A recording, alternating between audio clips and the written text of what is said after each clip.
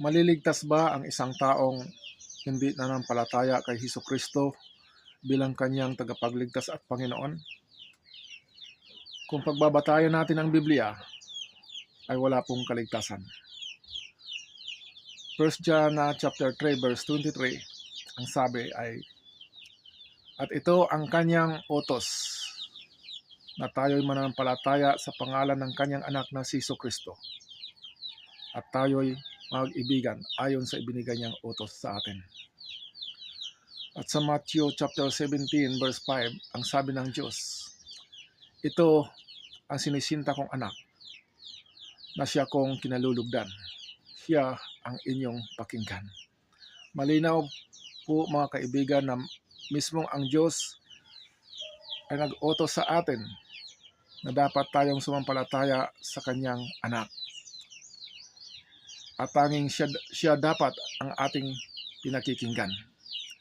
Napakamaraming tao sa buong sanlibutan na umaasang sila ay ligtas.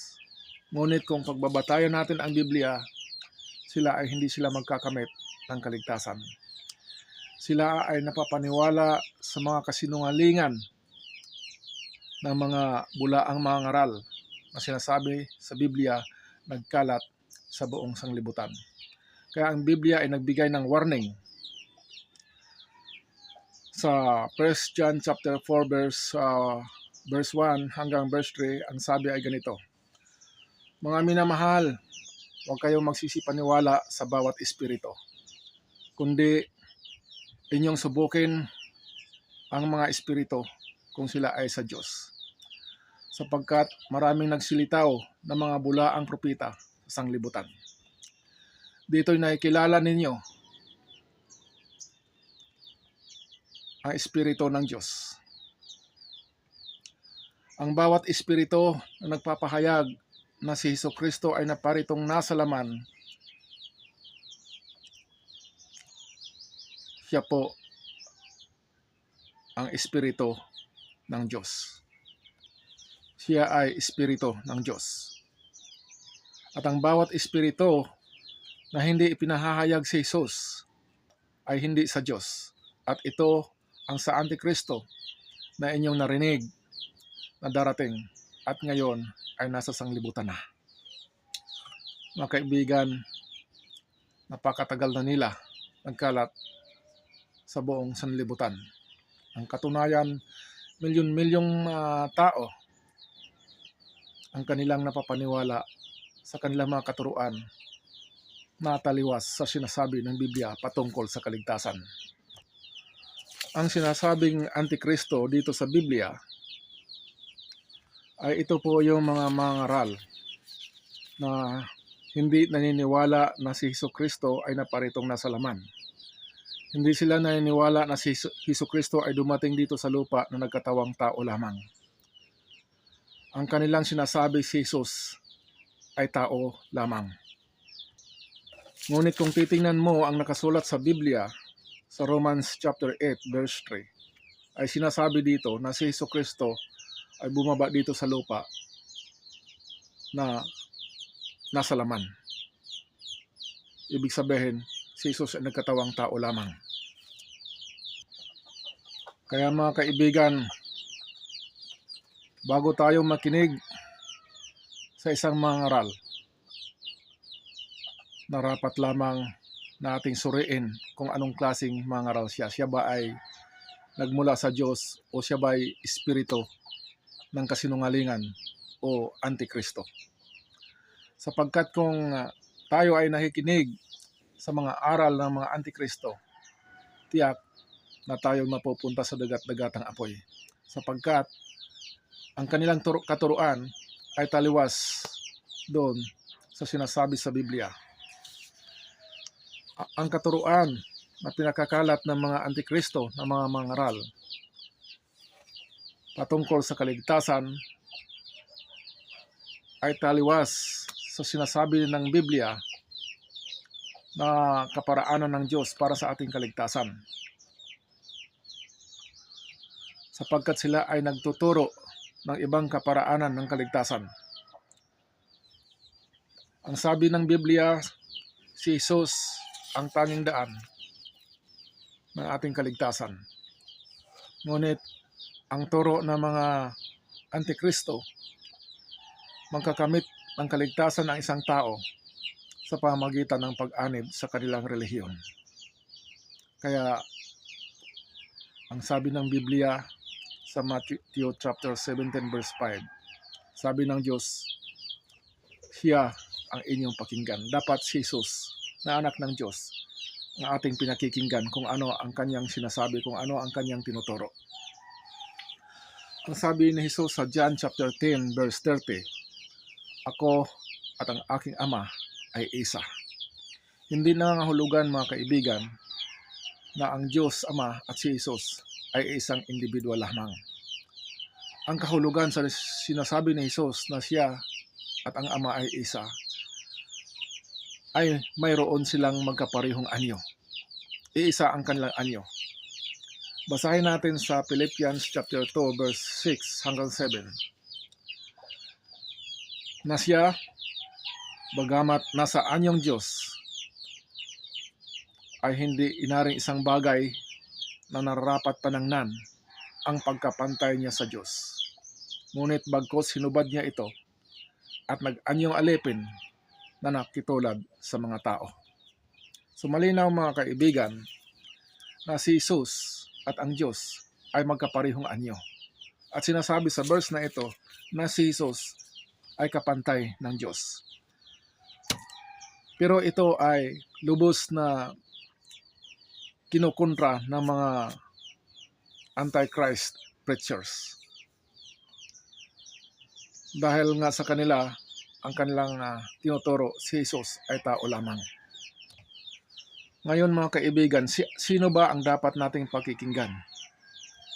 Itong sinasabi ng Biblia ng mga bulaang propeta, mga antikristo, o ang anak ng Diyos na nagsasabi ng pawang katotohanan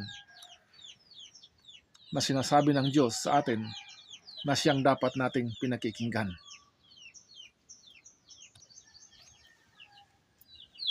Kaya sabi ni base sa Biblia, hindi talaga magkakamit ng kaligtasan ang sinumang taong hindi sumasampalataya kay Hesukristo bilang kanyang tagapagligtas at Panginoon. Dahil ang sabi ng 1 John chapter 2 verse 23, ang sino mang tumatanggi sa anak ay hindi sumasakanya ang ama. Ang nagpapahayag sa anak ay sumasakanya din naman ang ama. Kaya malinaw mga kaibigan, kapag si Hesukristo ay ating tinanggihan, hindi lamang ang ating tagapagligtas na si Jesus ang nawawala sa atin, kundi maging ang Diyos Ama ay mawawala din sa atin. Dahil ang sabi ng verse na ito, kapag ating tinanggihan si Jesus, ay hindi rin sumasa atin ang Diyos Ama. Huwag po nating kalimutan mga kaibigan, nasa kasaysayan ng tao, sa simula pa lamang, sa unang tao pa lamang, ang taong si Adam ay sumuway at nagkasala na sa Diyos. At dahil sa kanyang kasalanan, ang Diyos at ang tao ay nagkaroon ng pagitan. Mula nung nagkasala si Adam, siya ay nahiwalay sa Diyos at hindi siya maaring lumapit sa Diyos. Ang kanyang mga tinig ay hindi dinidinig ng Diyos dahil sa kanyang kasalanan. Basahin natin ang nakasulat sa Isaiah chapter 59 verse 2. Kundi pinapaghiwalay ng inyong kasamaan kayo at ang inyong Diyos, at ang inyong mga kasalanan ay siyang nagpakubli ng kanyang mukha sa inyo upang siya'y huwag makinig. Dahil po sa ating mga kasalanan, ang Diyos ay hindi makikinig sa atin. Maaari lamang tayong lumapit sa Diyos, maaari lamang marinig ng Diyos ang ating mga salita para sa Kanya kung tayo ay lalapit kay Jesus na Kanyang pinadala dito sa lupa upang mayroong tagapamagitan sa Diyos at sa mga tao.